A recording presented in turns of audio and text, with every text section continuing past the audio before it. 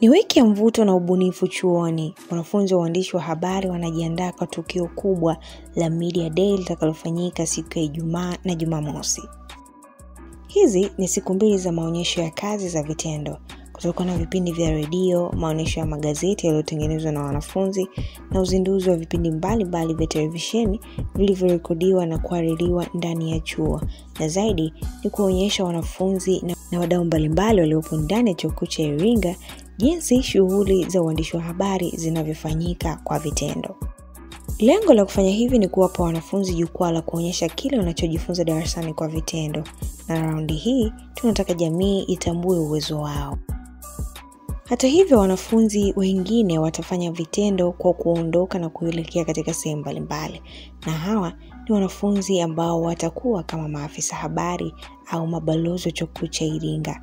Wanafunzi wanaojulikana kama mapeer ambao hawa wanaondoka na kuelekea eneo la Igumbilo katika mikutano ya hadhara na kusambaza vipeperushi katika maeneo mbalimbali yanayoelezea chuo kikuu cha Iringa.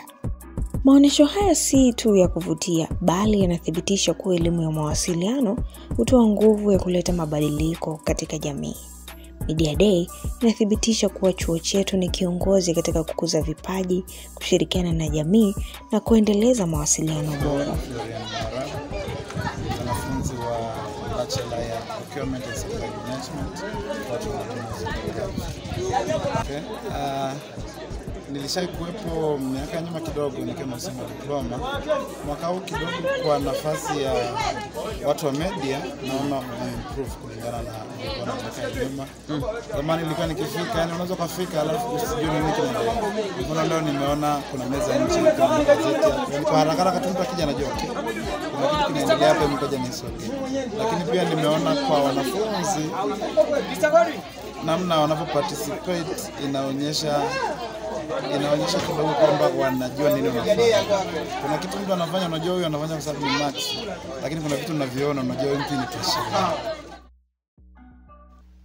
Media Day ilibamba na matukio mbalimbali, ikiwemo hata walimu walioshiriki katika tukio hili wakienda kwenye televisheni, magazeti na redioni. Na hapa ni baadhi ya walimu hao waliohudhuria.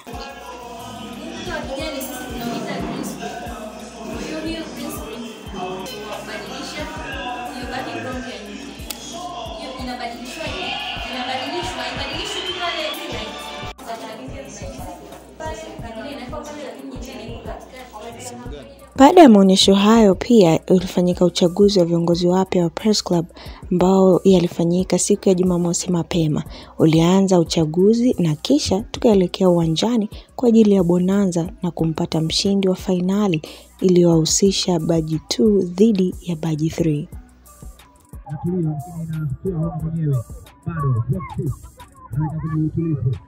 Anacheza na game pia ni Mudi. Anapiga pembeni kabisa na mkuta Gaspar. Kauli mbiu ya Media Day 2025 ni habari ni nguvu, Media Day ni jukwaa.